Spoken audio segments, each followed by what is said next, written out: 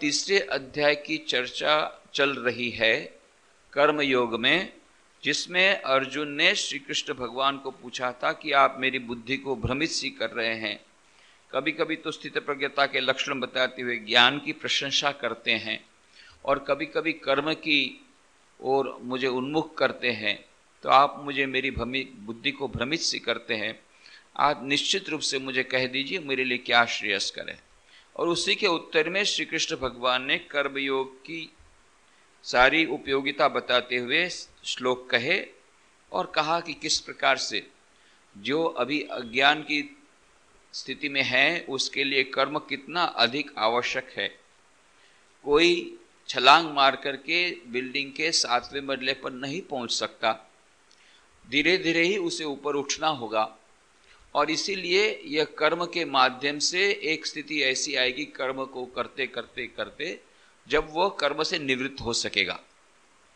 तो यह कर्म योग एक अज्ञानी के लिए ज्ञान प्राप्ति का, मोक्ष प्राप्ति का माध्यम बन सकता है।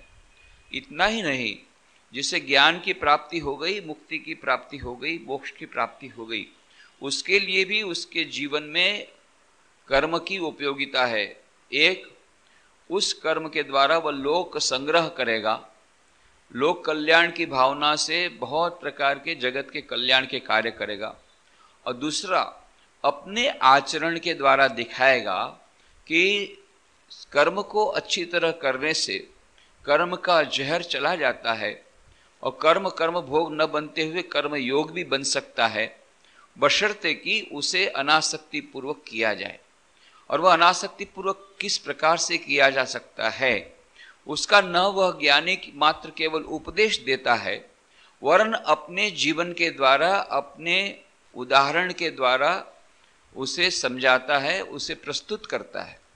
तो इसीलिए श्री कृष्ण भगवान कहते हैं, क्योंकि यद्यद आचरित श्रेष्ठ तत्त देवेतरो जनः, लोग उसी प्रकार से उनके आचरण को देखने का प्रयत्न करते हैं जो महाजन हैं।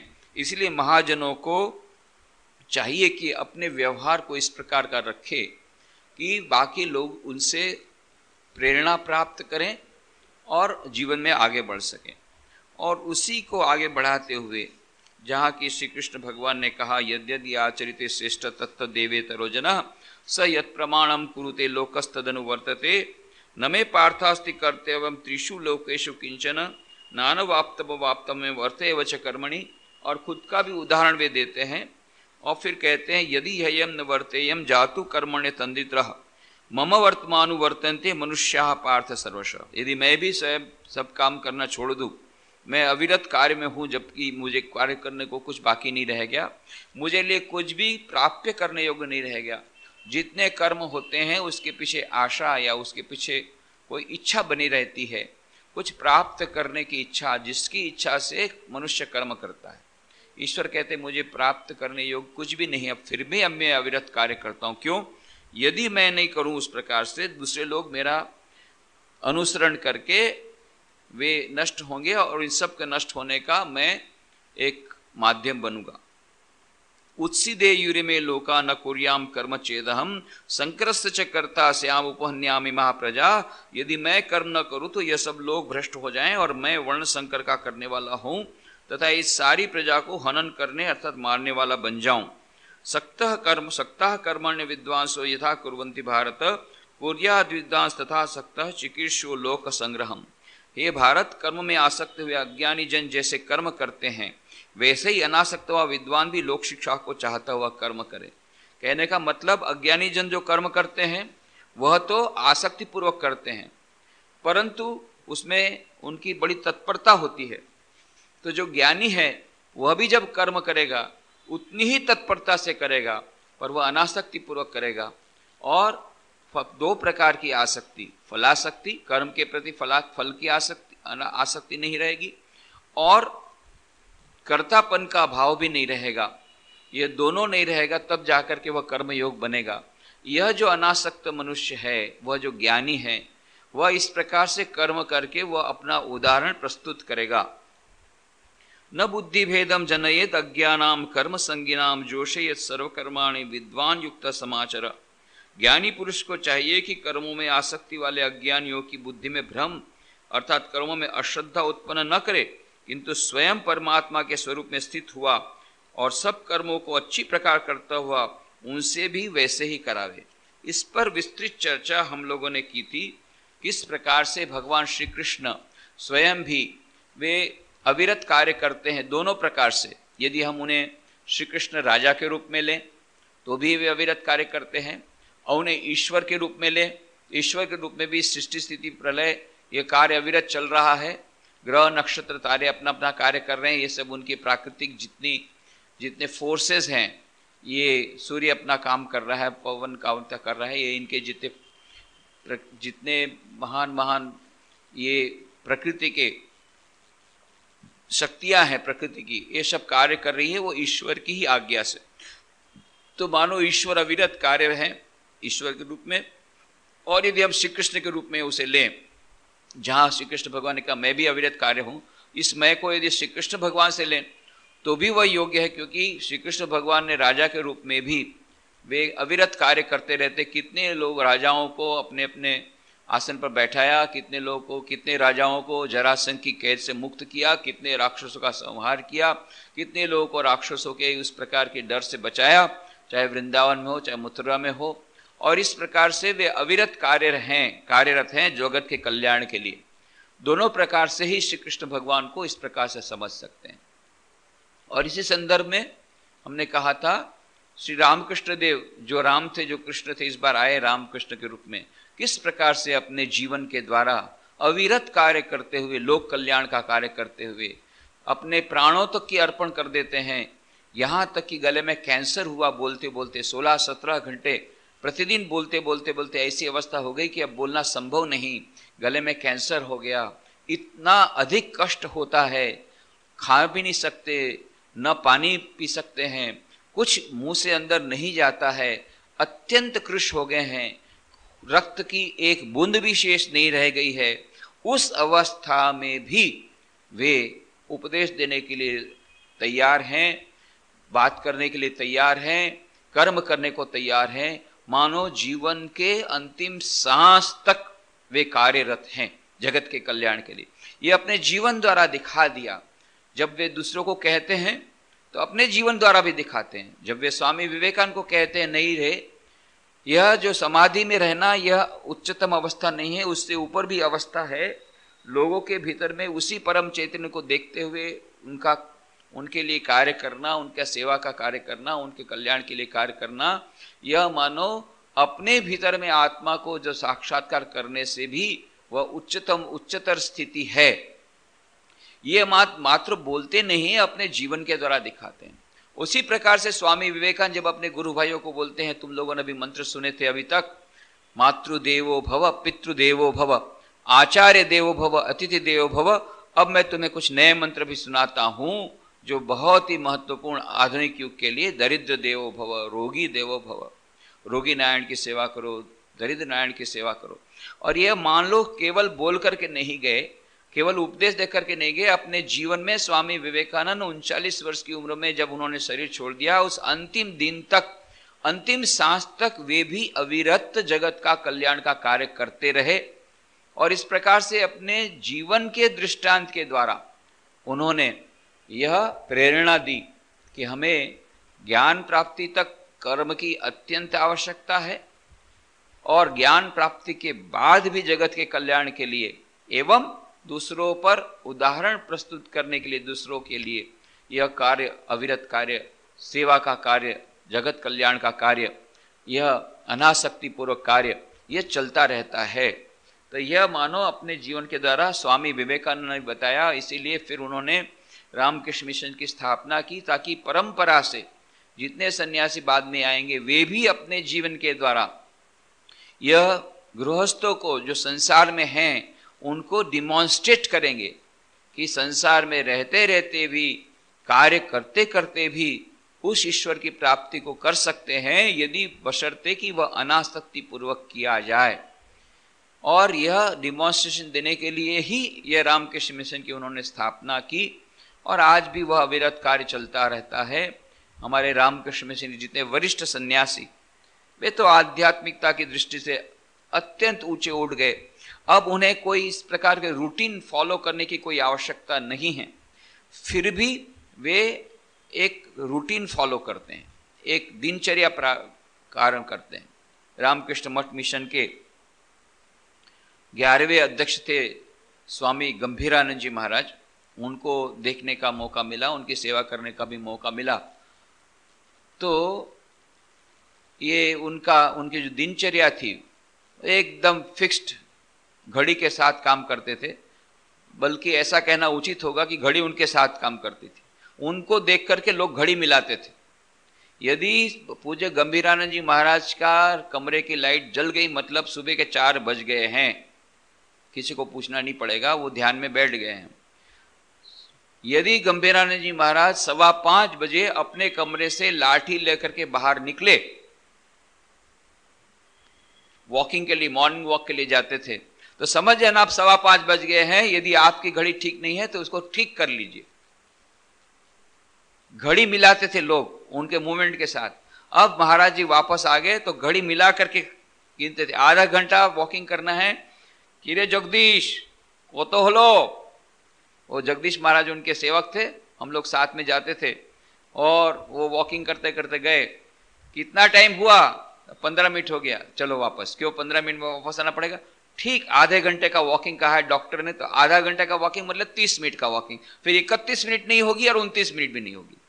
एकदम पूरा उनका रूटीन। यह मानो डिमॉन्स्ट्रेशन के लिए किस प्रकार से उनका यह प्रत्येक उनका कार्य अंतिम पूरा सारा दिन का उनको रूटीन फिक्स था। 10वें अध्यक्ष थे रामकृष्ण मठ मिशन के स्वामी वीरेश्वरानंद जी महाराज। उनको देखने का मौका मिला, उनकी सेवा करने का मौका मिला। तो देखा प्रतिदिन वो उनका प्रेसिडेंट महाराज का क्वार्टर स्वामी विवेकानंद के मंदिर के उस तरफ, जहाँ पर आप लोगों ने देखा होगा जो बेलू मठ गए हैं, वहाँ से वो पहले तो पैदल जाते थे, बाद में बहुत ही जब उनका शरीर अस्वस्थ हो गया तो एकदम उठने की भी उनके भीतर में शक्ति नहीं थी। खाना पीना बिल्कुल लगभग छूट गया था। इतना शरीर कृश हो गया था अंतिम अवस्था में कि उनको इस प्रकार से जो गाड़ी में भी बैठ नहीं पाते थे, उनको सरका करके बैठाना पड़ता था। फिर भी उतना कष्ट करके गाड़ी में बैठते थे। बैठ करके मंदिर तक गाड़ी जाती थी, मंदिर के सामने तक, बड़े मुख्य मंदिर तक। मुख्य मंदिर से नीचे उतरते थे सामने गाड़ी से, फिर सीढ़ी का सहारा लेते हुए, लाठी का सहारा लेते धीरे धीरे धीरे ऊपर चढ़ते थे। बहुत देर तक भगवान का दर्शन करते थे, रामकृष्ण देव का दर्शन करके वापस फिर आए, जूता पहना, फिर गाड़ी में बैठे, उनको बैठाया गया और फिर आए माँ शारदा के मंदिर में। माँ शारदा के मंदिर में प्रणाम किया, ब्रह्मानंद जी महाराज के मंदिर में पहले प्रणाम किया, फिर माँ शारदा के मंदिर में प्रणाम किया, स्वामी विवेकानंद के मंदिर में प्रणाम किया।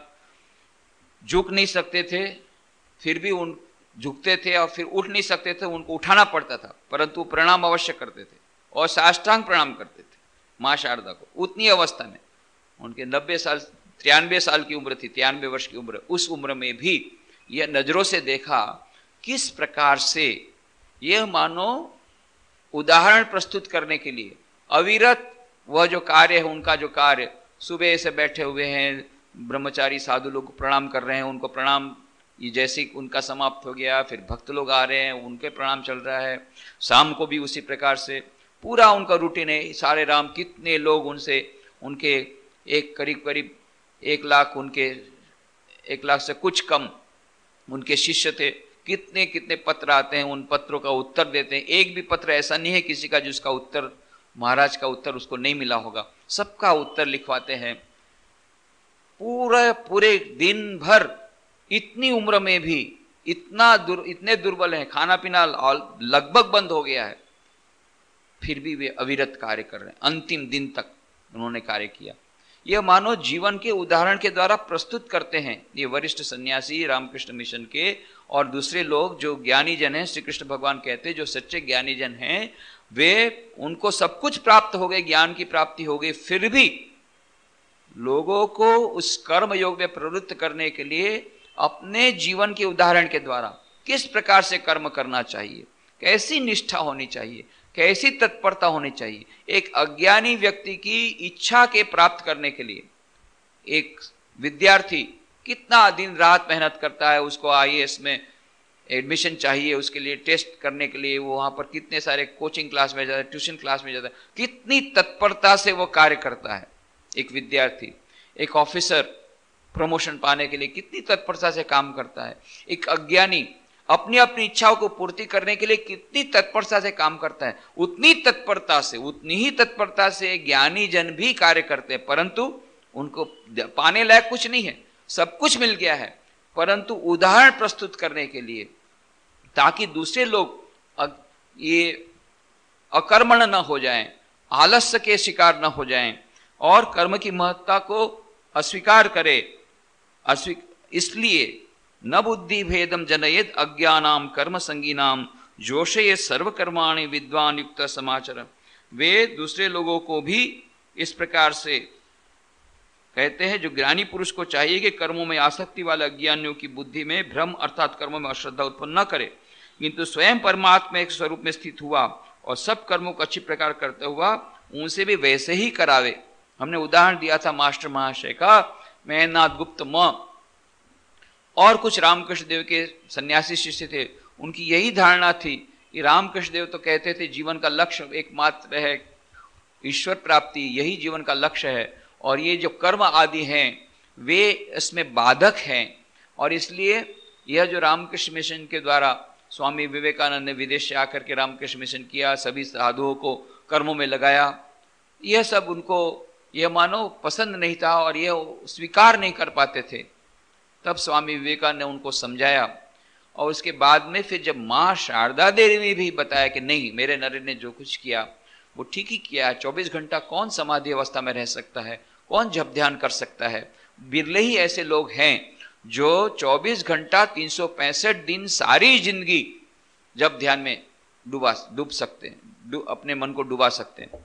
कुछ लोग ऐसे हैं, हो सकता है 1, 2 महीना, 3 महीना, 5 महीना बहुत उनका मन अच्छा रहता है, दिन रात साधन भजन करते हैं, उसके बाद फिर उसमें शिथिलता आ जाती है, धीरे धीरे उसकी इंटेंसिटी कम हो जाती है। और इसीलिए अधिकांश लोगों के लिए यह संभव नहीं कि 24 घंटा जप ध्यान करे, 365 दिन जप ध्यान करे और साथ साथ में वर्षों तक इसी लगन से वो जप ध्यान करता रहे। उसका मन स्वाभाविक रूप से ही कर्म में प्रवृत्त होगा। क्यों? ये जो इंद्रियां हैं इनका अपना अपना स्वभाव है, और इस स्वभाव के परवश होकर के वो जब काम करेगी तो क्यों न जगत के कल्याण का कार्य किया जाए। जब कार्य करना ही होगा, जब हमारी प्रकृति हमसे परवश होकर के जब कार्य कराएगी तो क्यों न वह कर्मयोग बन जाए। क्यों हम अकर्मण रह करके आलस्य वृत्ति को हम प्रश्रय दे करके अपने उस कर्मयोग से हम विरत हो जाएं। यही कहना श्री कृष्ण भगवान का, यही कहना रामकृष्ण देव भगवान का, यही कहना स्वामी विवेकानंद का। तो यही भगवद गीता का उपदेश आज के युग में स्वामी विवेकानंद दिया। उसमें कर्मयोग नाम का पुस्तक लिखी, उसमें उन्होंने यही कहा कि वह कर्मयोग भी इतना ही सशक्त माध्यम बन सकता है ईश्वर प्राप्ति का जितना कि भक्ति योग या राजयोग, परंतु उसके लिए हमें उस कर्म योग को करने का रहस्य प्राप्त कर लेना चाहिए। जो जहर है वो जहर कर्मयोग प्राप्त, कर्म का जो जहर है वो जहर वो ऐसा है कि जो कर्म का फल हमें अवश्य प्राप्त होता है, उस जहर से हमें यदि मुक्त होना होगा तो हमें ज्ञानी जनों से सीखना होगा किस प्रकार से वे कार्य करते हैं। तो इस प्रकार से उनसे सीख करके अनासक्ति पूर्वक कार्य करते करते धीरे धीरे, परंतु कार्य से निवृत्त होना यह उसका कोई उपाय नहीं है। जब तक हमारी उस उच्च स्थिति तक हम नहीं पहुंचे हैं, यदि हम कर्म का त्याग कर देते हैं तो अतो नष्ट ततो भ्रष्ट, दोनों प्रकार से हम भ्रष्ट हो जाएंगे। जो इस बार इस तरफ तो हमने कर्म छोड़ दिया, तो कर्म करने से जो कुछ भी लाभ हानि होती थी वो तो मिला ही नहीं, उसके कारण हमको अनुभव मिलता था, अनुभव मिलने पर हम और आगे बढ़ सकते आध्यात्मिक जीवन में, ये तो हुआ ही नहीं। और ततो भ्रष्ट, ज्ञान की स्थिति प्राप्त नहीं हुई, तो न ज्ञान की स्थिति प्राप्त हुई और न कर्म किया, तो कर्म से हमें जो फल प्राप्त होना था वो भी प्राप्त नहीं हुआ, और जो ज्ञान की स्थिति तो प्राप्त नहीं हुई, तो दोनों से हम वंचित रह गए। इसलिए कहा गया धीरे धीरे हमें उस कर्म योग की ओर अग्रसर होना होगा और धीरे धीरे हम कर्म से अनासक्ति लानी होगी। कर्म के प्रति आसक्ति का धीरे धीरे त्याग जब होगा तब ऐसी स्थिति आएगी जब हम बिना कर्म के भी रह सकते हैं। परंतु उस स्थिति में पहुंचने के बाद भी दो उपाय हैं। कुछ ज्ञानी जन हैं, वे कुछ कार्य नहीं करते, केवल वे समाधि अवस्था में रहते हैं या ध्यान अवस्था में रहते हैं, उस परम ज्ञान की अवस्था में रहते हैं। कभी कभार किसी ने जिज्ञासावश कुछ प्रश्न पूछे तो जिज्ञासा के उत्तर दे दिए, अन्यथा वे एकदम समाधि की अवस्था में रहते हैं। वे भी जगत का कल्याण करते हैं, ऐसा नहीं कि वे जगत का कल्याण नहीं करते। उनकी उपस्थिति मात्र से ही जो तरंग उत्पन्न होते हैं, वे तरंगे यदि वे गुफा में भी बैठे हों, स्वामी जी कहते हैं यदि कोई मनुष्य 5 ऐसे महान विचारों को अपने मस्तिष्क में लाता है, तो यदि वह गुफा में भी होगा, जंगल में होगा, संसार से बहुत दूर होगा, फिर भी वे विचार हजारों मील चल करके, हजारों मील ट्रैवल करके, यात्रा करके इस समाज में आएंगे और समाज का परिवर्तन करेंगे। विचारों की ऐसी क्षमता होती है, वाइब्रेशन की ऐसी क्षमता होती है, तरंगों की ऐसी क्षमता होती है। तो वह जो व्यक्ति समाधि अवस्था में रहता है, वह व्यक्ति समाधि अवस्था में रहते हुए भी जगत का कल्याण का कार्य इनडायरेक्टली करता है। और यहाँ श्री कृष्ण भगवान क्या कहते हैं, उसे डायरेक्टली जगत के कल्याण का कार्य करना चाहिए। क्यों? नहीं तो ऐसा भी हो सकता है उसके द्वारा तो कल्याण कार्य हो रहा है, पर कुछ लोग सोच सकते हैं देखो ये तो महापुरुष हैं, ये जब कार्य नहीं करते हैं तो मुझे क्यों कार्य करना चाहिए, मैं भी निठल्ला बैठा रहूंगा, मैं भी कार्य नहीं करूंगा, मैं भी उनके समान बस 24 घंटा जप ध्यान नहीं करूंगा। पर वो भूल जाता है इनकी मनस्थिति कैसी है। हजारों जन्मों के संस्कार के फलस्वरूप आज उनकी ऐसी स्थिति है, इतनी साधना करने के बाद आज उनकी ऐसी स्थिति है कि सहजवश सहजता से उनका मन उस परम चैतन्य तत्व में निहित है।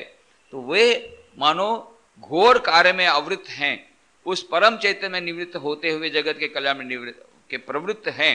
पर वह व्यक्ति उस स्थिति तक पहुंचा नहीं है, वह उसी को ग्राह्य अवस्थिति समझ करके वह बाह्य दृष्टि से जो अकर्मण्यता की जो स्थिति है उसको ग्रहण करता है, पर भीतर में जो वह कर्मण्यता की जो दृष्टि है, भीतर में जो वो कर्म कर रहा है वो व्यक्ति, वो परम ज्ञानी, उस स्थिति को तो समझ नहीं पा रहा है और इसलिए वो दोनों प्रकार से भ्रष्ट हो जाता है। तो ज्ञानी जनों को चाहिए अपने उदाहरण के द्वारा खुद भी कर्म करें और इस प्रकार से जो अज्ञजन हैं उनको भी कर्म में प्रवृत्त करें, नहीं तो वे घोर तमोगुण में डूब जाएंगे। इसीलिए स्वामी विवेकानंद यही श्री कृष्ण भगवान का संदेश लेकर के इस बार आए और उठो जागो, लक्ष्य प्राप्त हो जाए तब रुको मत, इस प्रकार से उन्होंने आह्वान दिया समस्त लोगों को।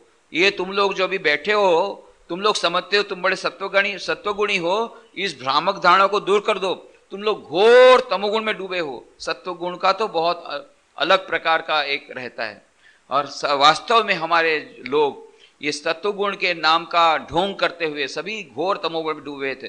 स्वामी विवेकानंद आकर के मानो एक डंडा लेकर के आते हैं, चाबू लेकर के आते हैं, उठो जागो, इस प्रकार से सारे देश को जगाया। और ये जो लोग सत्वगुण के नाम से घोर तमोगुण में डूबे हुए थे, उसमें कहा पहले रजोगुण लाओ। सत्वगुण तो बहुत बहुत बड़ी स्थिति है, पहले तो रजोगुण लाओ, कुछ तो काम करो। स्वामी विवेकानंद तो यहां तक कहते हुए तो हमेशा अतिशयोक्ति करते थे कि कम से कम डाका डालो, चोरी करो, खून करो, कुछ तो करो, निठल्ले बैठे रहने से ये काम अच्छा है। क्यों? वैसा करोगे तो जेल में जाओगे, मार पड़ेगी, तो फिर सीधे बनोगे, तो फिर जाकर के तुम संत बन सकते हो। पर कम से कम पाप तो करो तो फिर संत बनने का रास्ता खुलेगा। अभी तो चुपचाप बैठे हो, सो रहे हो, कुछ नहीं कर रहे हो। ये तमोगुण से तो ये अच्छा है कि तुम कुछ काम करो, खराब काम तो खराब काम करो शुरुआत में। ये मानो अतिशयोक्ति से बोल रहे हैं। स्वामी जी की यही भाषा ही ऐसी थी, हमेशा अतिशयोक्ति पूर्वक बोलते थे, पोएटिकल लैंग्वेज बोलते थे, हाई टोन में बोलते थे, तो बोलते बोलते अतिशयोक्ति बोल देते थे। पर कहने का मतलब उनका यही रहता था कि do evil on a great scale. यदि डाका भी डालना हो तो राजा के यहां डाका डालना, खून करना हो तो एक साथ बहुत लोगों को खून करना। तो शायद बिन लादेन को तो बहुत पसंद करते, बोले एक साथ सबको खत्म करता है, परंतु उसमें साहस है, बहादुरी है। उसको थोड़ा सा टर्न करने से वो संत बन जाएगा। थोड़ा सा टर्निंग जरूरत है, पर है उसके पास वो कैपेसिटी है, काम करने की कैपेसिटी है। उसको टर्न करने से, उसका दिशा बदलने से वो महान बन जाएगा।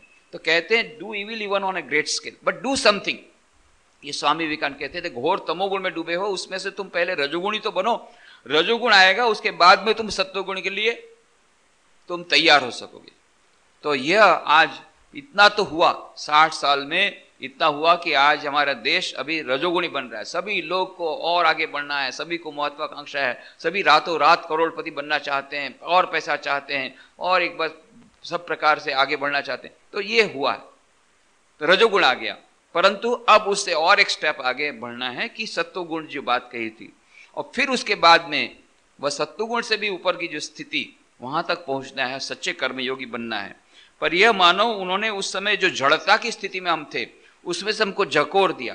तो श्री कृष्ण भगवान भी ये अर्जुन को इस प्रकार से झकोर देते हैं कि ये तू जो बोल रहा है मैं भिक्षावृत्ति लेकर के रहूंगा, मुझे युद्ध नहीं करना है और ये सब होकर के क्या करेगा, दिनवा तीन दाल में मिथ्या है, यह सब बातें जो उपदेश देना शुरू किया था, इसीलिए मार मारना शुरू किया कृष्ण भगवान के, बहुत मार मारा और ये अभी भी चल रहा है। बोले ये सब बहुत बड़ी बड़ी बातें बोल रहा है, अभी तो पहले तो ये तू किस स्थिति में है देख, कुछ समय के पहले तक तो पूरा अज्ञान से भरा हुआ था। बोलते मैं देख लूं कौन कौन दुर्बुद्धि दुर्योधन के साथ मेरे साथ युद्ध करने, दुर्बुद्धि दुर्योधन को साथ देने कौन आया है, और अभी 2 मिनट में तुम्हारा वैराग्य आ गया। जब वो सब योद्धाओं को देखा तो ये तेरा स्मशान वैराग्य है। अभी सच्ची वैराग्य तो बहुत अच्छी बात है पर वो बहुत दूर की बात है, अभी पहले कर्म कर। इस प्रकार से श्री कृष्ण भगवान स्वयं घोर कर्म करते हुए वे भी अपने उदाहरण के द्वारा कर्म योग में प्रवृत्त करते हैं। प्रकृति क्रियमाणानि गुणैः कर्माणि सर्वशः अहंकार विमूढ़ात्मा कर्ताहम् इति मन्यते।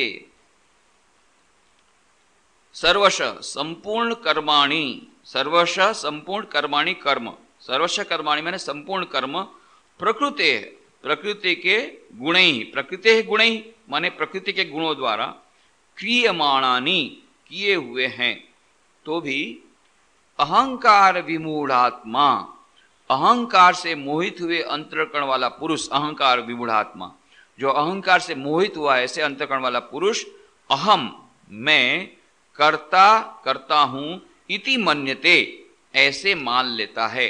संपूर्ण कर्म प्रकृति के गुणों द्वारा किए हुए हैं। अहंकार से मोहित हुए अंतःकरण वाला पुरुष मैं करता हूं ऐसे मान लेता है। हम लोग सभी लोग इसी कैटेगरी में आते हैं। हम ऐसा मानते हैं कि हम कार्य कर रहे हैं, पर सचमुच में कार्य हम नहीं कर रहे हैं, कार्य अपने आप हो रहे हैं, हम उसके मात्र निमित्त बन रहे हैं। क्यों, किस प्रकार से? तो यह जो संपूर्ण कर्म प्रकृति के द्वारा किस प्रकार से हुए हैं? तत्ववित्तु महाबाहो गुण कर्म विभागयोः गुणा गुणेषु वर्तन्त इति मत्वा न सज्जते। परंतु तू माने परंतु महाबाहो, हे महाबाहो, गुण कर्म विभागयोः, गुण विभाग और कर्म विभाग के तत्ववित्, तत्व को जानने वाला ज्ञानी पुरुष, गुणाः गुणेषु संपूर्ण गुण गुणों में वर्तन्ते, वर्तन्ते माने वर्तते हैं, इति मत्वा ऐसे मानकर न सज्जते आसक्त नहीं होता है। तो कहने का मतलब परंतु हे महाबाहो गुण कर्म विभागयो, गुण विभाग और कर्म विभाग। गुण विभाग क्या है? तो त्रिगुणातीत माया के कार्य रूप 5 महाभूत और मन, बुद्धि, अहंकार तथा 5 ज्ञानेन्द्रियां, 5 कर्मेंद्रियां और शब्द पर की चेष्टाओं का नाम कर्म विभाग है। तो जिसने गुण विभाग को जान लिया और कर्म विभाग को जान लिया, गुण विभाग माने यह जो बताए प्रकृति के सांख्य के 24 तत्व जिस प्रकार से कहते हैं, तो अहंकार, मन और बुद्धि, ये हमारे अंतःकरण में ये 4 रहते हैं। अंतःकरण में चित्त रहता है, चित्त, मन, बुद्धि और अहंकार, ये अंतःकरण के विभिन्न रूप हैं। तो मन क्या है? संकल्पात्मक विकल्पात्मक जो है वो है मन। मैं ऐसा करूंगा, मैं आज इतने बजे वहां जाऊंगा, मुझे ये किताब खरीदनी है, मुझे ये गाड़ी खरीदनी है, मैं ऐसा करूंगा, ऐसा नहीं करूंगा। यह जो मैं और मेरा, ये जो मैं संकल्प विकल्प होते रहते। अच्छा ऐसा नहीं होगा तो क्या होगा? अच्छा मान लो आज नहीं गए तो कल ही गए, तो कल तो कैसे होगा, तो आज तो रविवार है, तो रविवार को दुकान बंद होगी, तो फिर कल जाएं, तो कल जाने से तो फिर छुट्टी का दिन नहीं है, तो कब जाएं, तो शाम को जाएं। यह जो संकल्पात्मक विकल्पात्मक जो विचार उठते रहते, ये मन है। कौन विचार कर रहा है? मन कर रहा है। फिर अहंकार, वो कहता है कि नहीं नहीं, मैं ऐसा नहीं, ऐसा करूंगा। यह अहंकार है, वो मैं की जो भावना है, नहीं मैंने ऐसा सोचा था तो इसके लिए ऐसा ही करना पड़ेगा, नहीं नहीं मैं ऐसा कहता हूं, ऐसा होना पड़ेगा। यह मैं है, वो अहंकार है। और बुद्धि क्या है? निश्चयात्मक बुद्धि, इसे बुद्धि कहते हैं। अच्छा, फिर मैंने निर्णय किया, पहले मन ने कहा कि नहीं आज ही जाने, आज जाएं, फिर मन ने कहा नहीं तो फिर कल जाएं, आज तो अधिकांश दुकानें बंद रहेंगी तो कल जाएं, तो फिर कहा कि नहीं कल तो फिर हमको ऑफिस जाना है तो टाइम नहीं मिलेगा, फिर कहा ठीक है तो शाम को ऑफिस आने के बाद जाया जाए तो दुकानें सब खुली रहेगी। तो बुद्धि ने निश्चय कर लिया, हाँ ठीक है, चलो निर्णय कर लिया, कल शाम को ऑफिस आने के बाद परचेजिंग में जाएंगे। तो ये बुद्धि करती है, निर्णय की शक्ति बुद्धि में है। तो इसलिए इस प्रकार से निश्चयात्मक जो बुद्धि है वो बुद्धि। तो ये हो गया मन, बुद्धि, अहंकार, ये चित्त में जो अवस्थित अंतःकरण में। और ये जो पांच साथ साथ में प्रकृति के पंच महाभूत हैं। पंच महाभूत कौन कौन से हैं? वायु है, अग्नि है, आकाश है, पृथ्वी है। यह जो पंच महाभूत, ये पंच महाभूत हैं। और पांच हमारे ज्ञानेंद्रियां हैं। ज्ञानेंद्रियां, आंख है, कान है, नाक है और त्वचा है, ये सब ज्ञानेंद्रियां जिनसे हमको ज्ञान होता है। और पांच कर्मेंद्रियां हैं, हाथ, पैर, उपस्थ, वायु, ये पांच कर्मेंद्रियां। तो पांच कर्मेंद्रियां, पांच ज्ञानेंद्रियां, पंच महाभूत और पांच विषय हैं। हर एक ज्ञानेंद्रिय के एक एक विषय हैं। जैसे आंख का विषय है तो यह वस्तु है, तो उसी प्रकार से कान का विषय है, वह है शब्द। तो जीवा का विषय है रस। तो ये जितने विषय हैं, ये सभी इंद्रियों का, ज्ञानेंद्रियों के एक एक विषय, ये पांच विषय। तो पांच विषय, पांच ज्ञानेंद्रियां, पांच कर्मेंद्रियां और पंच महाभूत और मन, बुद्धि, अहंकार और ये प्रकृति, ये मिलकर के 24 तत्व है। ये जो गुण विभाग है। और कर्म विभाग क्या हुआ? इनका परस्पर जो संबंध है यही कर्म विभाग है, एक दूसरे का जो संबंध है। तो कहा क्या कहा यहां पर? परंतु महाबाहो, हे महाबाहो, गुण विभाग और कर्म विभाग के तत्व को जानने वाला संपूर्ण गुण गुणों में वर्तते हैं, ऐसा मानकर आसक्त नहीं होता है। आसक्ति कब आती है? जब मैं सोचता हूं मुझे इस प्रकार से कार्य करना होगा, जब मैं सोचता हूं मुझे ये करना होगा, मुझे ये प्राप्त करना होगा, यह मैं जब आता है अहंकार, तो मैं ऐसा सोचता हूं कि मैं करूंगा। पर एक बार यदि पता लग गया, तत्वविद जो है, जो सचमुच तत्व को जानने वाले हैं, वे जानते हैं कि जितने कार्य होते हैं वे प्रकृति के गुणों के, इनके परस्पर के संबंधों के साथ होते हैं। यह जो गुण हैं, मैं इन सब से परे हूं। मैं जो चैतन्य तत्व है वह इन प्रकृति से परे है। ये सारी जितना बताया अहंकार, मैं नहीं हूं, मैं बुद्धि नहीं हूं, मैं मन नहीं हूं, मैं तो वो परम चैतन्य तत्व हूं जो इन सबका साक्षी स्वरूप है। यदि यह हमारे स्वरूप का हमें ज्ञान हो गया, यह ऐसी प्रतीति हो गई कि हम साक्षी स्वरूप हैं इन सब से परे, तब क्या होगा? तब हम जानेंगे कि अरे वह जो एक दृश्य था, वह दृश्य आंख के सामने आया तो आंखों ने देखा, तो मेरा उसमें क्या लेना देना?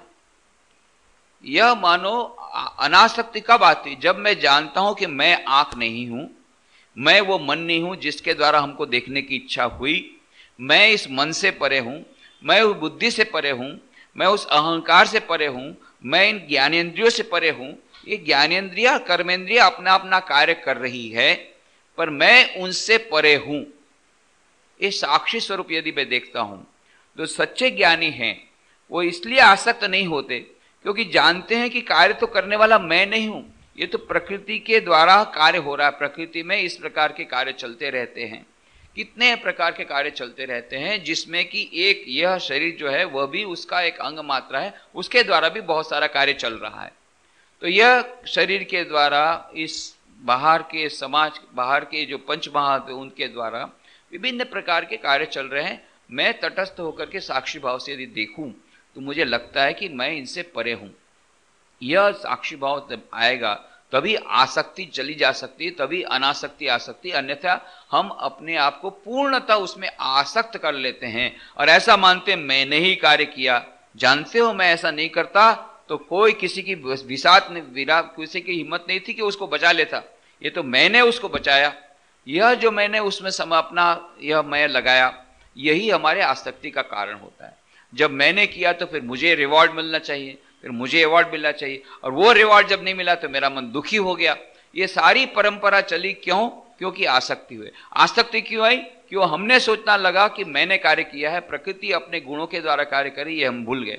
तो जो ज्ञानी जन है वे समझते हैं कि प्रकृति अपने गुणों के द्वारा ही कार्य करती है। तो हे महाबाहो, गुण विभाग और कर विभाग के तत्व को जानने वाला ज्ञानी पुरुष संपूर्ण गुणों में वर्तते हैं, ऐसे मानकर आसक्त नहीं होता है। तो यह जो आसक्त नहीं होना, यह मानो बहुत ही महत्व की बात है। तो यह ज्ञानी में और अज्ञानी में यही अंतर है, ये आसक्ति।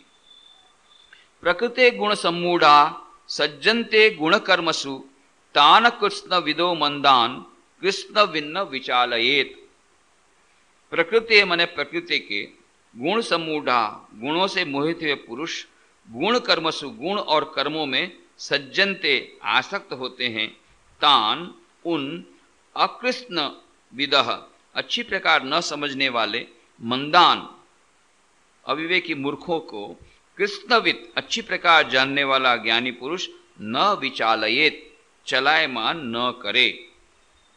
ये बहुत ही महत्वपूर्ण श्लोक।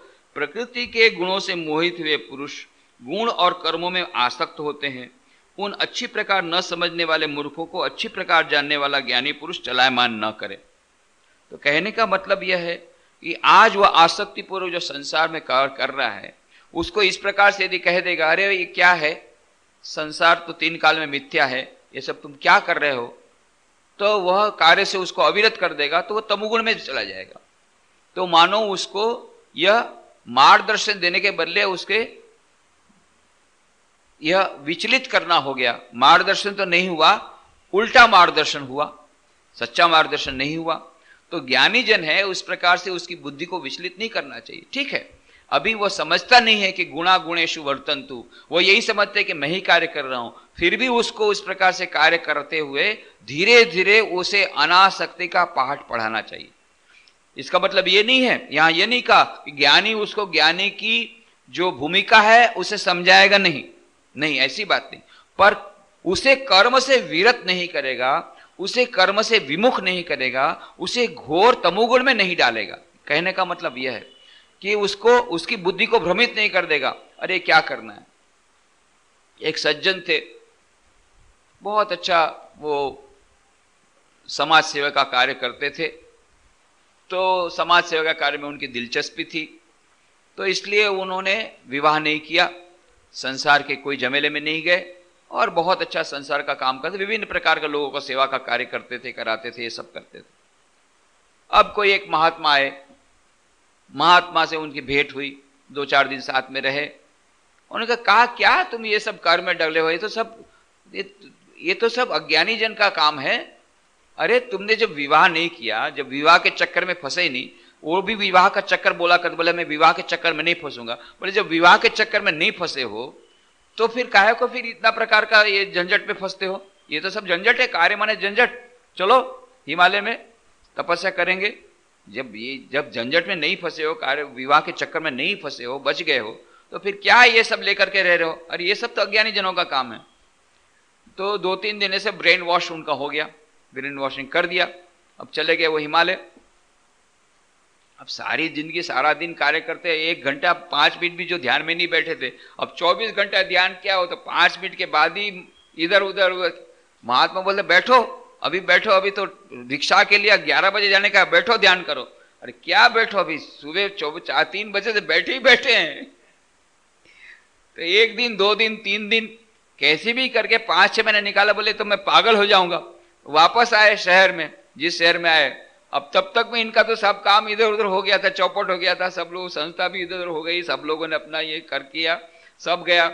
अब नए सिरे से उसको फिर से ये करना, लोगों को भी लगा, फिर इनका तो मस्तिष्क भाई भ्रमित हुआ है, कब ये भग जाए, कुछ ठीक नहीं है। इसलिए उनके ऊपर वो, उनको जो पहले का उनका भरोसा था कि भाई मैच्योर पर्सन है, इसके पालन करेंगे, तो वो भी उनका श्रद्धा टूट गई। तो लोगों की उनके पास भी श्रद्धा टूट गई, लोग भी अब उनके पास जाते नहीं थे सेवा कराने के लिए, सेवा कार्य के लिए।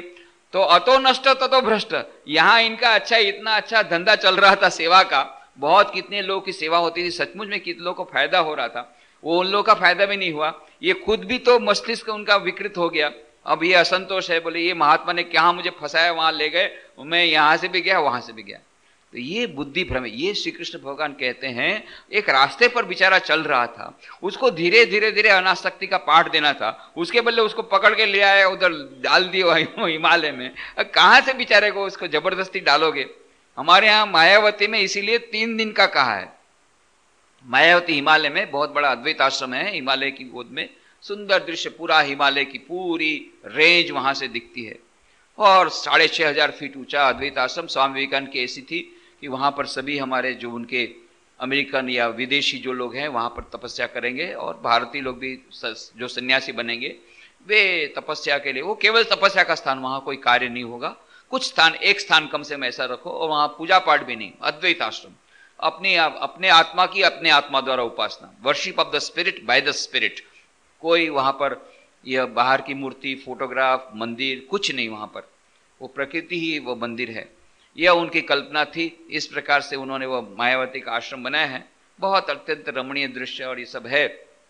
तो कई लोग वहां पर जाने को सुना है मायावती के बारे में, कई आर्टिकल भी छपे, पृथ्वी पर का स्वर्ग ऐसा वैसा, तो कई लोगों को होता है कि भाई हम भी जाएं। तो वहां पर तो वो तो नीचे लोहाघाट जो नियरेस्ट है जगह, वहां से करीब करीब 9 किलोमीटर पैदल जाना पड़ता था पहले तो ऊपर।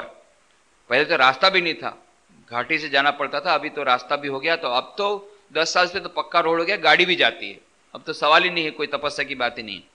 तो फिर भी 9 किलोमीटर नीचे जाना पड़ता, तब जाकर के एक कप चाय मिलती है, एक आदमी का मुंह देखने को मिलता है। नहीं तो जब 10 में 8 महीना तो हमारे स्वामी अभयानंद जी महाराज, भरत महाराज, जो 99 साल की उम्र हुई थी, वे जब अद्वैत आश्रम में थे, वो अपने संस्मरण सुनाया करते थे कि मायावती में हम लोग जब थे तो साल भर तो बर्फ के अंदर डटे हुए थे, पूरे कम से कम 8 महीना तो इतनी घोर वर्षा होती, बर्फ के भीतर में बर्फ की बहुत बड़ी बड़ी परत हो जाती है।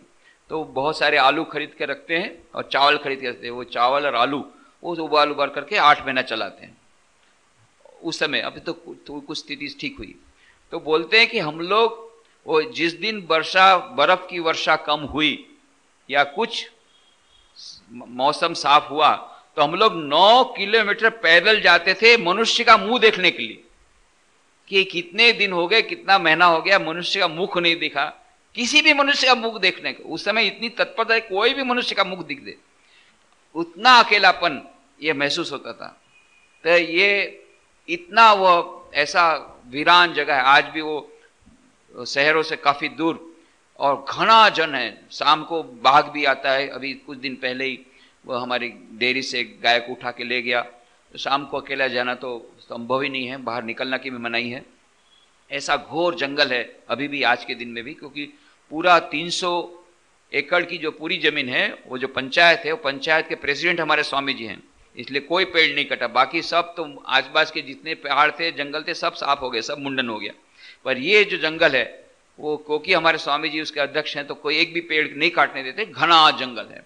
उस घने जंगल में अद्वैत आश्रम है, तो वहां पर किसी को इस प्रकार से जगह तो दूसरी है ही नहीं रहने की। हमारा गेस्ट हाउस तो बहुत छोटा है, तो पहले से परमिशन लेनी पड़ती। तो सब लोग बोलते हैं कि हमको 15 दिन रहने देते, नहीं 3 दिन से अधिक क्यों नहीं, 3 दिन से अधिक संभव नहीं है। क्यों?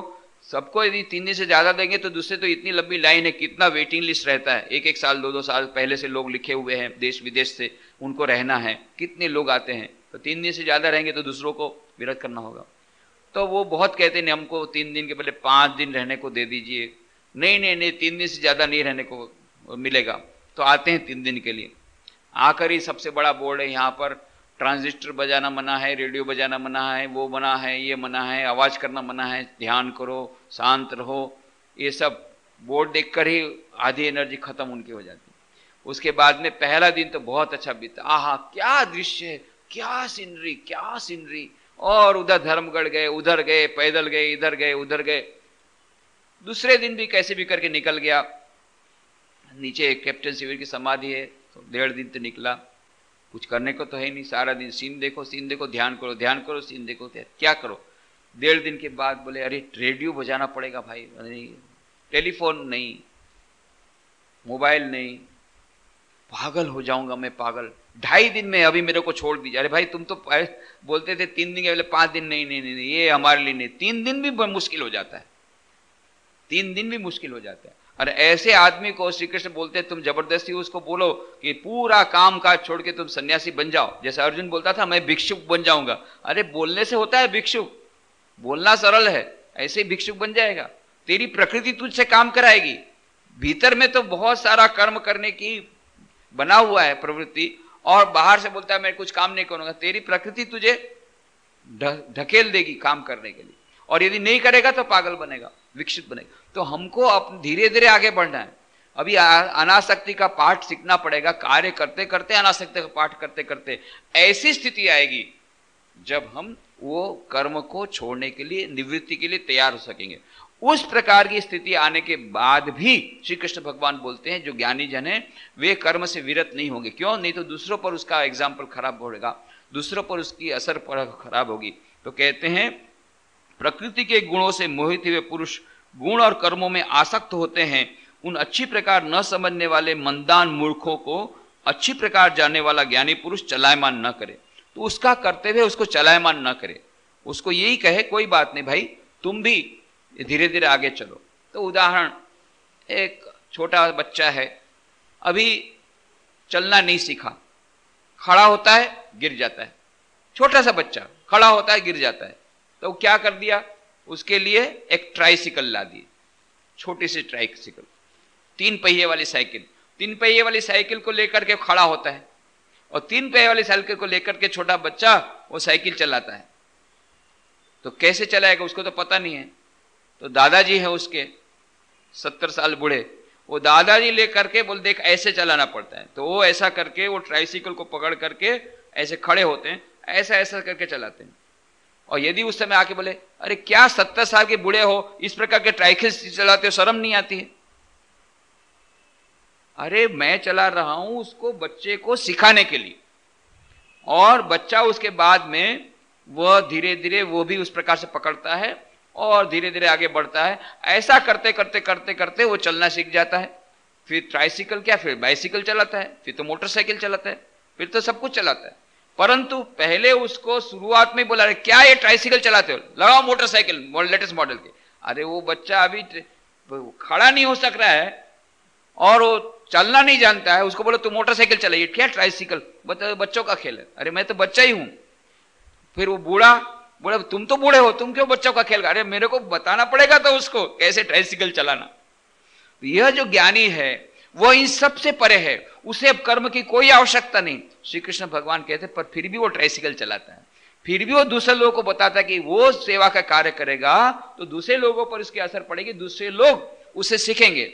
2 बात सीखेंगे, एक कर्म की महत्ता समझेंगे, नैष्कर्म नहीं होना है, अकर्मण्य नहीं बनना है, निठल्य नहीं बैठना है, आलस्य नहीं करना है, कर्म की उपयोगिता, कर्म का महत्व समझेगा।